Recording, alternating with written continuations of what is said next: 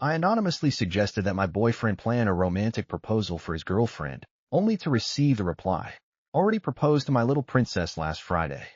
Clicking into his profile, I discovered the balcony photo he'd posted was one I had taken myself. It was from the morning he cared for me while I had a fever. The location tag was Riverview Gardens, a luxury complex worth tens of millions, where I'd once fantasized about building a life and family with him. In reality, we squeezed into a 20-square-meter rental, and he always dodged the subject of marriage. I followed him to that door. The woman who opened it wore a silk nightgown and a 190,000 yuan Bulgari bracelet. On the wall hung their Hokkaido wedding photo. He shielded her and said to me, "Don't scare her." 5 years of my youth, and it turns out I was just the invisible lover outside his arranged, wealthy marriage. Chapter 1. I accidentally came across my boyfriend's secret social media account. He had posted, agonizing over what birthday gift to give his girlfriend.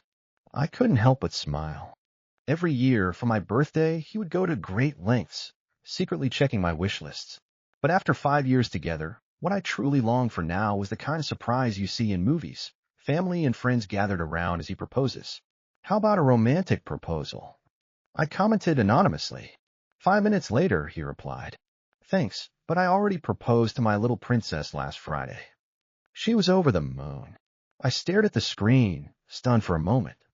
I clicked back into the blogger's profile. There was only one photo, a man standing on a balcony, the faint light of dawn softly outlining his figure. On a wooden shelf beside him sat the few pots of succulents and roses I'd been tending to. It was a photo I had taken myself. That day, I had a high fever. My boyfriend Lu Chin took care of me all night, wiping me down with alcohol, changing my sweat-soaked pajamas, gently feeding me sips of water to soothe my parched throat. When I woke up groggily, I saw Lu Chin stretching on the balcony. I snapped a picture and teased him, saying his silhouette looked just like Popeye. My fingertips tingled with numbness as I scrolled back to that reply. "I already proposed to my little princess last Friday." Below it was a new comment from the blogger. "I've decided. I'll throw her a birthday party, covering flights and hotels to invite all her girlfriends from everywhere to come celebrate. Can't wait to see her move to tears." The post included a photo of a large living room, with staff members carrying in flowers, plush toys, and streamers to decorate the venue. The location tag read, Riverview Gardens, a famously luxurious residential complex in the city. Each unit was over 600 square meters of Riverview penthouse, one elevator per home, over 300,000 yuan per square meter. Once, during a camping trip by the Whitewater River with Lu Chin, I lay back in my outdoor chair, gazing across the river at Riverview Gardens.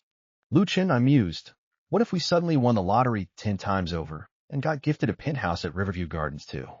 You could have a gaming room, I could have a little garden. Oh, and I heard the balcony is wider than a running track. Our future kids could even ride bikes on it."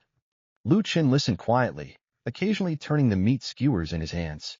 Finally, he let out a soft chuckle. Wishful thinking. Back then, I thought he was laughing at my daydreams of winning the lottery. Turns out, he was laughing at me. Laughing at my wishful thinking of building a life and family with him. The truth hit me too hard, too fast. It was difficult to process. I turned off my phone screen and looked up, dazedly scanning my surroundings.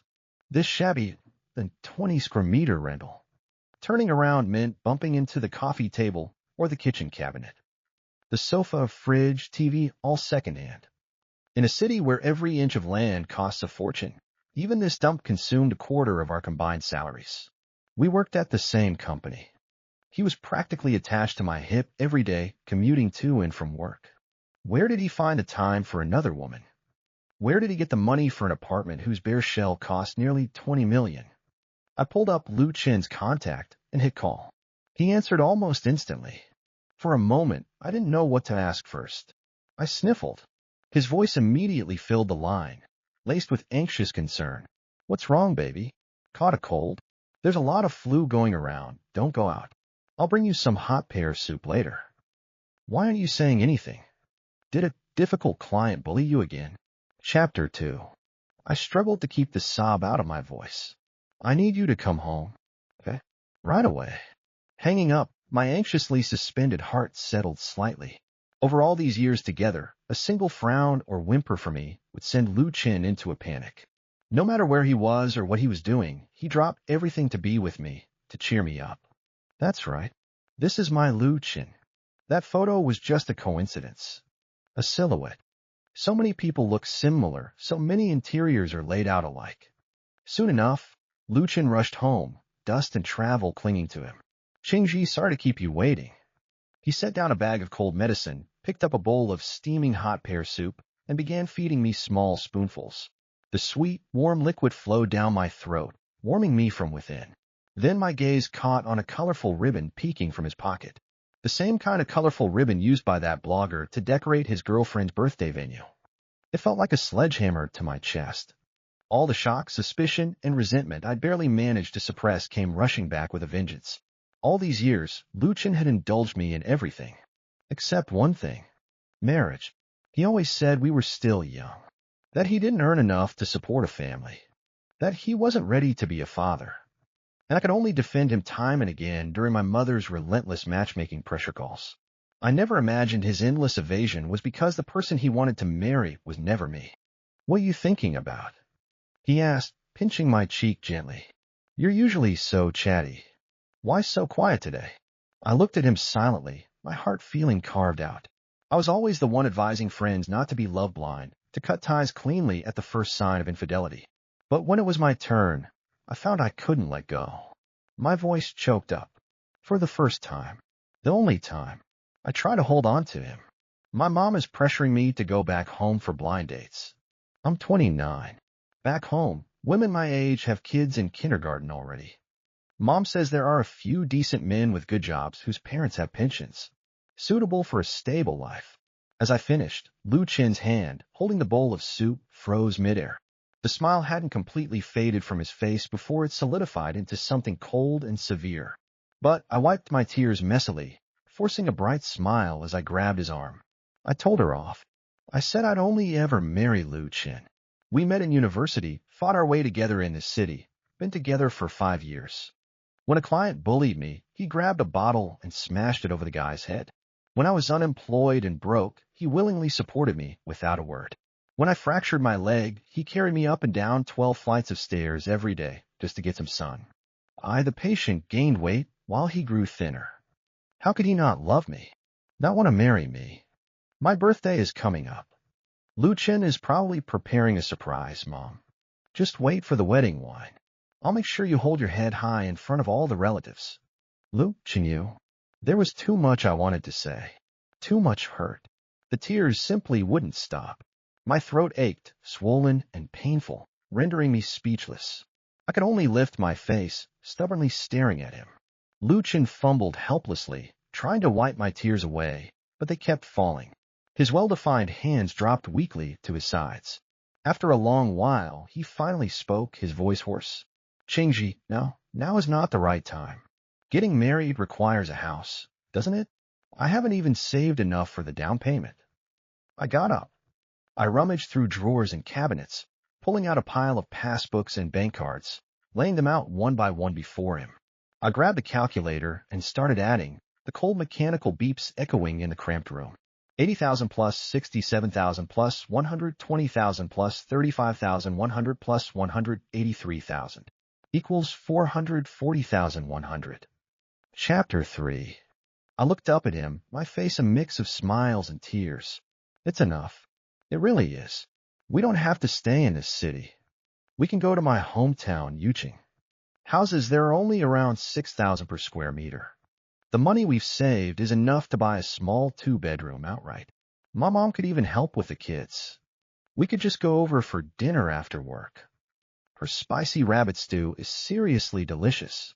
I wished I could tear my heart out to show Lu Chin, to show him these 5 years of genuine feeling, my eyes always fixed on a future with him. And him? Why was he silent? Why didn't he immediately pull me into a hug? Why didn't he happily tell me he'd been waiting for this day just as long? That he, Lu Chin, also only wanted to marry Song Qingji in this lifetime. Say something. I shove him hard. Startled by my bloodshot eyes, he reached out in a fluster and held me, patting my back gently. Don't cry. Why are you crying? I didn't say we wouldn't get married. It's just, then quit your job tomorrow. Come back to Yuqing with me for the new year. Meet my parents. I cut him off hurriedly, not daring to give him another chance to brush me off. His body stiffened.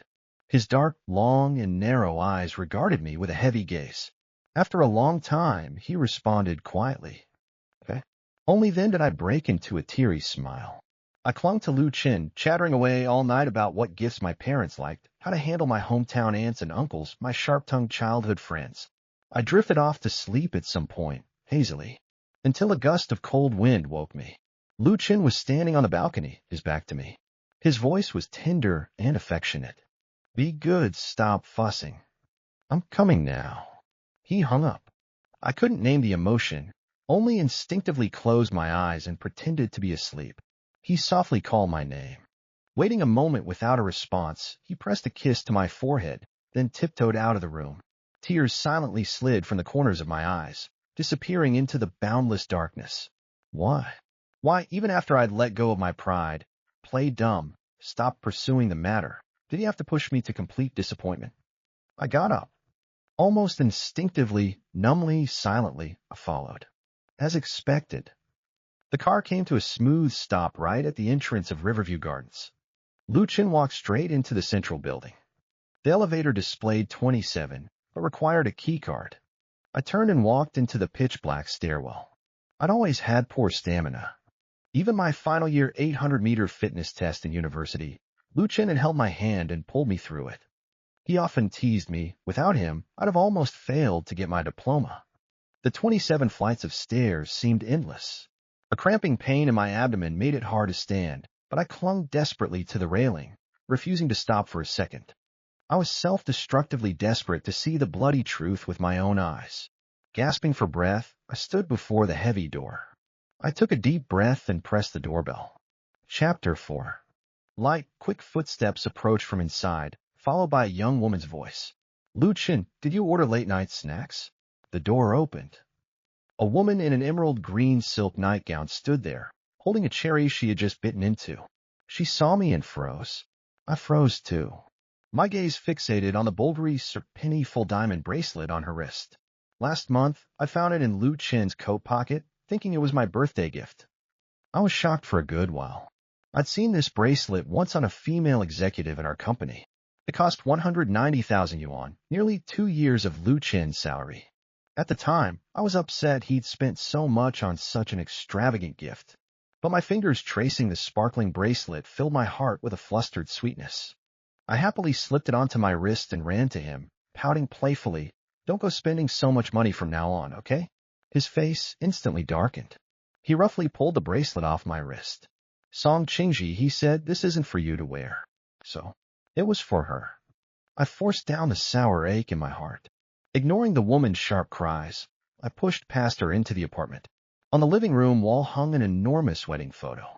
In it, Lu Chin and the woman embraced, their smiles a deep, searing pain in my eyes. The backdrop was the snow-blanketed fields of Hokkaido. Through tear-blurred eyes, I remembered Lu Chin once, head bowed, scrolling through photos of Hokkaido's scenery, asking softly, "Qingji, girls would love to take wedding photos here, right?" I had been grateful he was focused on the pictures then, hadn't looked up to see my eyes shining, my face flushed bright red to the tips of my ears. He would have surely laughed at me for being so pathetic, so eager to marry him.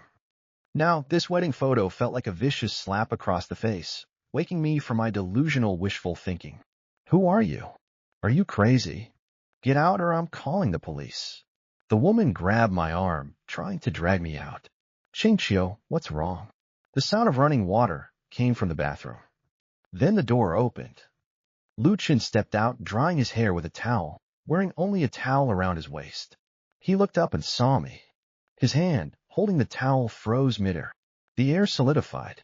I smiled, reached up, and yanked the wedding photo down. The frame slammed onto the floor with a loud crash, shattering to pieces.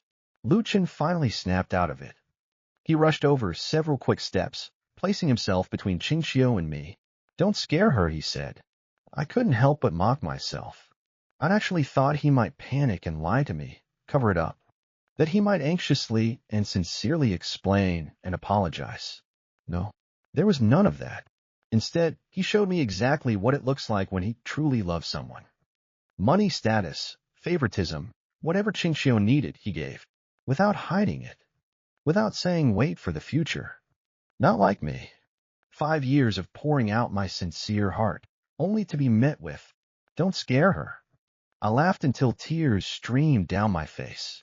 My hand trembled as I pointed at the woman in his arms. I asked the question whose answer I already knew. Who is she? Lu Chen's expression was inscrutable. His lips parted slightly, his Adam's apple bobbing repeatedly, but no answer came for the longest time. Finally, he managed a bitter smile. "You've seen it all. What's the point in asking?" The faint note of relief in his tone completely shattered my last defenses. I grabbed anything within reach that I could smash. I hurled it at him hysterically. "I'm asking anyway." I wanted to press for answers I already knew. I wanted to hand you the knife and make you stab me with it, blow by blow. I wanted my heart to die completely so I could be reborn. I don't want lingering attachments. I don't want nostalgic longing. I want us to never see each other again, in life or death. Chapter 5. Lu Chen sighed. He turned and rummaged in a storage cabinet, pulling out a first aid kit. He took out alcohol swabs, gauze, Band-Aids. He walked over, reaching out to take my hand. I flung it away in disgust. "Don't touch me."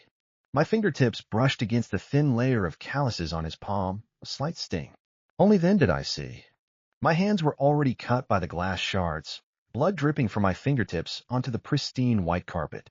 "Let's treat the wounds first, then we can talk slowly, okay?" "I can explain this," Lu Chen said, sounding somewhat helpless. He simply pulled a chair over and sat beside me. Stubbornly, he took my hand and began carefully disinfecting the cuts with an alcohol swab. "Tell me if it hurts. I'll be gentler. Xingqiu, bring a small desk lamp over. I need to see if there's any glass in the cuts." The only response was Qingqiu's growing sobs. She stood frozen in place, a look of utter disbelief on her face as she pointed at me. She asked Lu Chen the same question. "Who is she?" "Lu Chen, we're getting married soon. The invitations are sent. All our relatives and friends have booked flights from abroad. And you pull something like this now?" Lu Chen's brows knitted tighter. He set down the cotton swab, suppressing the impatience in his heart. Speaking in a placating tone, he said, "Look, Qingqiu, why don't you go back to the East Side Villa first? Once you've calmed down, I'll explain everything slowly. The wedding won't be affected. I promise." Qingqiu folded her arms. She gave me a contemptuous once-over from head to toe. Grabbing her bag and car keys, she coldly threw out, "It better not be." For a moment, the vast apartment was engulfed in dead silence. Only the scene of utter chaos remained. Only the sound of my breathing and Lu Chen's. Neither of us spoke. I thought about hysterically questioning him about everything. I thought about exposing his betrayal at our company, in our mutual friend circle, even online. I thought about causing a scene at his and Qingqiu's wedding, humiliating them utterly. In the end, I didn't even have the strength to stand up. Loving him these past 5 years had drained me of all my energy and emotion. I simply didn't have the capacity to entangle anymore. Lu Chen, however, poured himself a glass of red wine. He stood by the floor-to-ceiling window, looking out at the river view, looking at the spot across the river where we often camped on weekends. And he began to narrate his past with Qingqiu. The usual story, a young master and a young miss, both born with silver spoons in their mouths. Childhood sweethearts. A marriage arrangement made by their families, elders who were old friends. Later, Su Qingqiu went to the UK to study her beloved jewelry design. Lu Chen, because his grandmother couldn't bear to let him go, stayed in China for an ordinary university education. He was also my alumnus.